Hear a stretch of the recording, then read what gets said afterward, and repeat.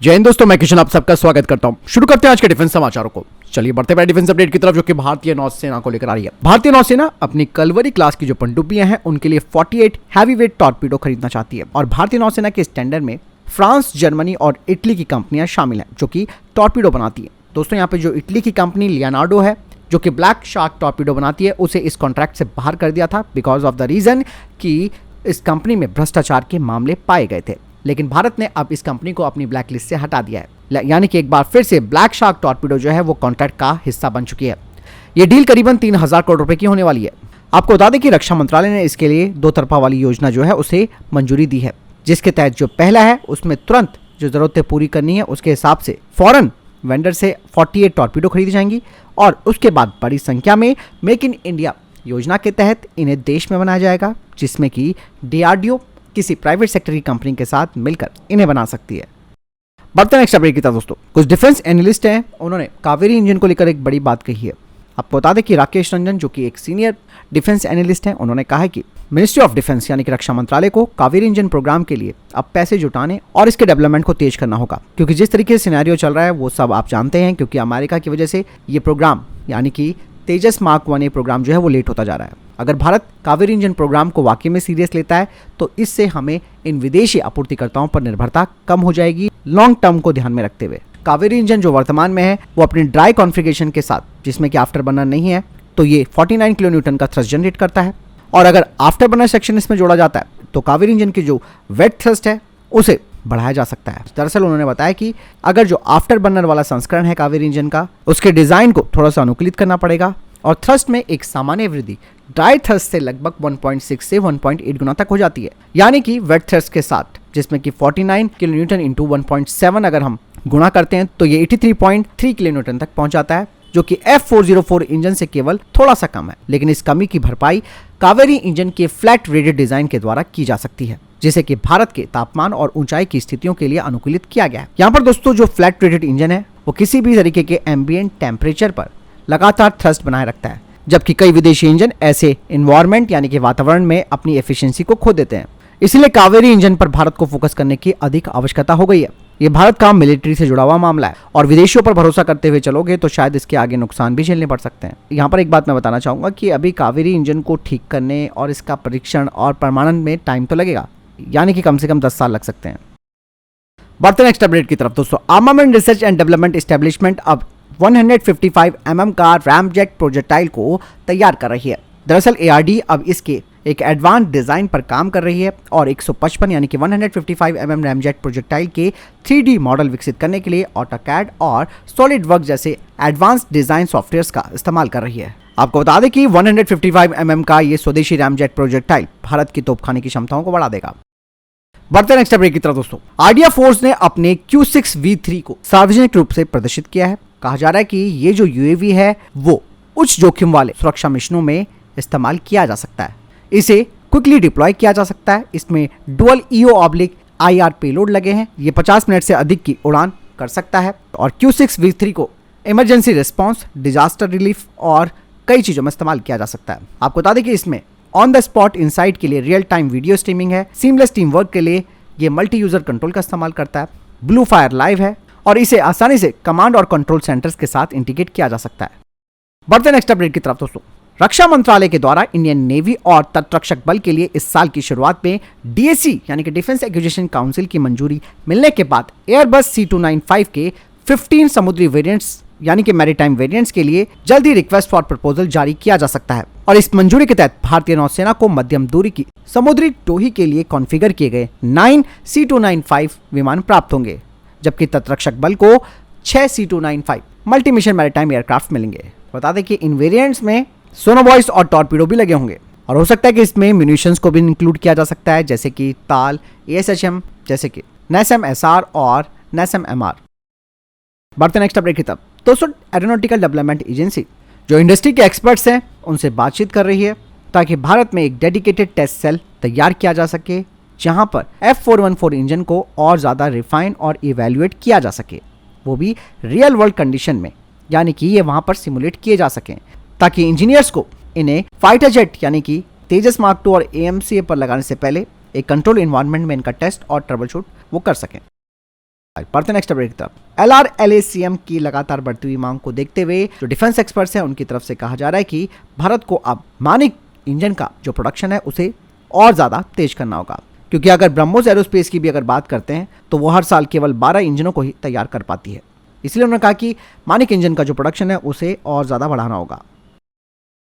बढ़ते next update की तरफ। दोस्तों, हाल ही में एक शॉकिंग इंटरव्यू सामने आया है रॉसबोन एक्सपोर्ट की तरफ से, जिसमें कि उन्होंने इस बात का कंफर्मेशन दे दिया है कि उन्हें पहला कॉन्ट्रैक्ट मिल गया है SU-57E वेरिएंट को एक्सपोर्ट करने का। हालांकि उन्होंने उस देश का नाम नहीं बताया जिसके साथ उन्होंने कॉन्ट्रैक्ट साइन किया है। और इस घोषणा से आप इस बात का अंदाजा लगा सकते हैं कि रशिया के 5th जनरेशन फाइटर जेट को अब एक बड़ा एक्सपोर्ट मार्केट भी मिलने वाला है। यही नहीं, रॉसबोन एक्सपोर्ट की तरफ से कहा गया है कि SU-57 एकमात्र ऐसा 5th जनरेशन का फाइटर जेट है जो कि अपनी परफॉर्मेंस कैरेक्टरिस्टिक्स के साथ आता है, वो भी ऑल कॉम्बैट सिनेरियोस में। चलिए बढ़ते नेक्स्ट अपडेट की तरफ। डिफेंस एक्सपर्ट की तरफ से कहा जा रहा है कि घातक UCAF जो प्रोग्राम है उसे एक मैन बॉम्बर प्लेटफॉर्म में बदला जा सकता है और ये टेक्निकली फीजिबल भी है। दरअसल 13 टन घातक अनमैन्ड कॉन्फ़िगरेशन जिसमें कि 49 किलोन्यूटन का ड्राई कावेरी इंजन लगा है उसे एक बड़े मैन बॉम्बर वेरिएंट में बदला जा सकता है, जिसके लिए इसका जो मैक्सिमम टेक ऑफ वेट और इंजन थ्रस्ट है उन्हें एक जरूरी परफॉर्मेंस लेवल तक पहुंचाना होगा, क्योंकि एक मैन बॉम्बर को स्ट्रक्चरल रीइंफोर्समेंट, बढ़ी हुई फील्ड कैपेसिटी, इसके अलावा उसके एवियोनिक्स एनहांस होने चाहिए, उसके डुअल इंजन्स जो है वो अपग्रेडेड होने चाहिए, कावेरी सॉल्यूशन होना चाहिए, लाइफ सपोर्ट सिस्टम होना चाहिए, इजेक्शन सीट्स होनी चाहिए, पायलट कंट्रोल सिस्टम, आर्मर, जिसका परिणाम ये सामने आएगा कि इसका मैक्सिमम टेक ऑफ वेट करीबन 20 टन तक हो जाएगा मैन्ड वेरिएंट के लिए, यानी कि इसे आसानी से मैन्ड वेरिएंट में बदला जा सकता है। बस ये जो रिक्वायरमेंट बताई है वो पूरी होनी चाहिए। बढ़ते नेक्स्ट अपडेट की तरफ। टर्की के बैराकटर एजेंसी UCAF ने 2 UAV 230 बैलिस्टिक सुपरसोनिक मिसाइलों का सफलतापूर्वक परीक्षण किया है, जिन्होंने 155 किलोमीटर की दूरी पर अपने लक्ष्य को सटीकता के साथ भेदा है। 150 किलोमीटर तक ऑपरेशनल सीमा के साथ UAV 230 वर्ल्ड लेवल पर इस दूरी को हासिल करने वाली एकमात्र UCAF लॉन्च सिस्टम है। तो देखिए तुर्की किस तरीके से अपने ड्रोन को और ज्यादा अपग्रेड कर रहा है। बढ़ते नेक्स्ट अपडेट की तरफ। IIT कानपुर का स्वदेशी कामिकाजी ड्रोन अब भारतीय सेना के द्वारा परीक्षण के लिए तैयार है। इस बारे में मैंने एक वीडियो भी तैयार किया था, आप देख सकते हैं इस ड्रोन की स्पेसिफिकेशन के बारे में। मैं आपसे पूछना चाहूँगा कि आपका पहला प्रोडक्ट कौन सा है जो आपने यहाँ पर शोकेस किया है? हमारा पहला प्रोडक्ट कामाकाजी ड्रोन है और जिसकी रेंज अप्रॉक्सीमेटली 100 किलोमीटर्स है और स्पीड 40 मीटर पर सेकेंड है और मैक्सिमम स्पीड 50 मीटर पर सेकेंड। अगर बात की जाए इस आपके कामिकाजी ड्रोन की, तो ये अभी प्रोटोटाइप फेज में है या फिर अभी इसके कुछ टेस्ट चल रहे हैं? इसका स्मॉलर वर्जन सक्सेसफुली टेस्ट हो चुका है, इसको अब स्केल करके टेस्टिंग फेज में है हम लोग अभी। इसके जो लॉन्चेस हैं, इसके जो पैरामीटर्स पे अगर उस पर कॉन्फिडेंस आ जाए, हम ये मान लेंगे कि हमारा जो टेस्ट है वो फाइनलाइज। इसकी बात करें तो इसका जो ओवरऑल वेट है वो 20.5 kg है। 6 kg वॉरेट के साथ ये उड़ सकता है at 4 kilometre height from mean sea level and yes and 50 minutes is the endurance time of this kamikaze drone. इसका नाम कुछ रखा है आपने? Yes, that's APJK 6C100। EPJK यानी कि अब्दुल कलाम जी के नाम से?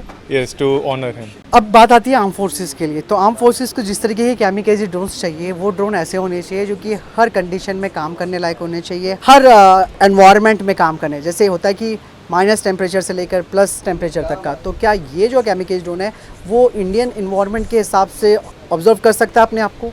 एक्चुअली ये काफ़ी अच्छा क्वेश्चन है और इनोवेटिव भी है और हमारा अगला जो प्लान है उससे रिलेट करता है। अभी के लिए हमने इसे कन्वेंशनल एनवायरनमेंट के लिए बनाया है, बट हम अभी इस पे काम कर रहे हैं जहाँ पे हम हाई एल्टीट्यूड पे जो इलेक्ट्रॉनिक्स है, ऐसे स्ट्रक्चर्स है, वो कैसे बिहेव कर रहे हैं उसको स्टडी कर रहे हैं। और मैं बहुत पॉजिटिव हूँ कि हम आने वाले कुछ 5-6 महीने में इसको इम्प्लीमेंट भी कर देंगे। बढ़ते नेक्स्ट अपडेट की तरफ। गैस टरबाइन रिसर्च एस्टेब्लिशमेंट अब इंडियन इंडस्ट्री से 6 गियर पावर ट्रांसमिशन सिस्टम को हासिल करेगी। दरअसल gear power transmission system engine से एयरक्राफ्ट के विभिन्न भागों तक बिजली पहुंचाता है। बढ़ते नेक्स्ट अपडेट की तरफ दोस्तों। मालदीव कोस्ट गार्ड के शिप भारत पहुंचे, जहां इनका मेजर रिफिट और रिपेयर वर्क इन पर किया जाएगा। बढ़ते नेक्स्ट अपडेट की तरफ दोस्तों। भारतीय सेना 10,000 सॉफ्टवेयर डिफाइंड रेडियोस को खरीदेगी T90 और BMP-2 व्हीकल्स के लिए। बढ़ते नेक्स्ट अपडेट की तरफ। डीआरडीओ की industry academy centre for excellence IIT Mumbai अब एक मॉर्फिंग विंग एयरक्राफ्ट टेक्नोलॉजी पर काम कर रही है, जो कि एक नेवल एयरक्राफ्ट होगा और ये अलग अलग फ्लाइट रिजीम के हिसाब से अपनी ऑप्टिमल परफॉर्मेंस दे सकता है और ये अपनी मैन्युअलिटी और एफिशिएंसी के लिए भी जाना जाएगा। बढ़ते नेक्स्ट अपडेट की तरफ। दोस्तों, भारत ने अपने फ्यूचर रेडी कॉम्पैक्ट व्हीकल यानी कि FRCV परियोजना का नाम रंजीत रखा है और ये रंजीत जो है वो T-72 फ्लीट की जगह लेंगे। और जो FRCV प्रोजेक्ट है इंडियन आर्मी का, वो एक multi role versatile tank concept पर आधारित है जो कि अलग अलग वॉर सिनेरियो के हिसाब से अनुकूलित किया जा सकता है। इसमें AI, advance sensors, network centric warfare क्षमताएं होंगी। भारतीय सेना का लक्ष्य FRCV प्रोग्राम के तहत अपने लड़ाकू वाहनों का एक पूरा परिवार बनाना है। महाराजा रणजीत सिंह के नाम पर ये नाम रखा गया है, जिन्हें कि सिख साम्राज्य को एकीकृत करने और शक्तिशाली सेना की स्थापना के लिए जाना जाता है। बढ़ते नेक्स्ट अपडेट की तरफ। दोस्तों, AMC फाइटर जेट को लेकर एक बड़ी उपलब्धि सामने आई है, जिसमें कि नेशनल एरोस्पेस लेबोरेटरी ने हाइब्रिड कंपोजिट इनटेक डक्ट और FSS रेडोम दोनों को स्वदेशी रूप से तैयार किया है। आपको बता दें कि ये जो हाइब्रिड कंपोजिट है, इसका इस्तेमाल करके NAL का लक्ष्य एक ही स्ट्रक्चर में कई सारी सामग्री गुणों को इंटीग्रेट करना है, जिससे कि वजन को कम रखा जा सके और हाई पावर के साथ लचीलापन प्राप्त हो सके और स्टेल्थ विशेषताएं फाइटर जेट की बनी रहे। इसके अलावा जो FSS रेडोम है यानी कि फ्रीक्वेंसी सेलेक्टिव सरफेस, ये भी एक महत्वपूर्ण मील का पत्थर है। रेडोम विमान के नाक में रखे रडार उपकरण को पर्यावरण और जो ऑपरेशनल तनाव है उससे बचाता है। AMC जैसे स्टेल्थ फाइटर जेट के लिए रेडोम को न केवल सुरक्षा करनी चाहिए बल्कि स्टेल्थ विशेषताओं को भी बनाए रखना चाहिए। बढ़ते नेक्स्ट अपडेट की तरफ। दोस्तों, AMCA परियोजना को लेकर एक और महत्वपूर्ण अपडेट सामने आई है। कहा जा रहा है कि AMCA प्रोग्राम के लिए जो सप्लायर्स हैं उनके साथ एक मीटिंग हुई है, जो कि आधिकारिक रूप से हुई है, जिससे इस बात की ओर इशारा मिलता है कि इंडियन एयरफोर्स कम से कम 200 AMCA स्टेल्थ फाइटर जेट्स को लॉन्ग टर्म पीरियड में खरीदेगी, ताकि ये जो इंडस्ट्रीज हैं उन्हें इस बात का एहसास हो सके कि उन्हें रिटर्न ऑन इन्वेस्टमेंट भी अच्छी तरीके से हो सके, यानी कि AMCA प्रोजेक्ट के साथ जुड़ने में उन्हें कोई नुकसान नहीं होगा। यही नहीं, भारतीय वायुसेना का ये भी प्लान है कि वो इसे आगे एक्सपोर्ट भी करेंगे अपने फ्रेंडली फॉरेन नेशन को, अगर एक बार ये फुल स्केल प्रोडक्शन में आ जाता है। और जो कंपनियां AMCA के सप्लाई चेन का हिस्सा होंगी उन्हें भी इन्वेस्टमेंट के फायदे मिलेंगे। चलिए बढ़ते हैं नेक्स्ट अपडेट की तरफ, जो कि ईरान से आ रही है। और ईरान दोस्तों अब चाइना के J-10 फाइटर जेट्स को खरीद सकता है और बाकायदा ईरान के जनरल ने J-10 फाइटर जेट का जायजा भी लिया है। J-10 जो कि 4.5 जनरेशन का फाइटर जेट माना जाता है। कहा जा रहा है कि ईरान अब इसे खरीद सकता है, क्योंकि ईरान के पास दोस्तों कोई भी ऐसा फाइटर जेट नहीं है जो कि उसे अपने विरोधियों के ऊपर बढ़त दिला सके और उन पर प्रेशर डाल सके।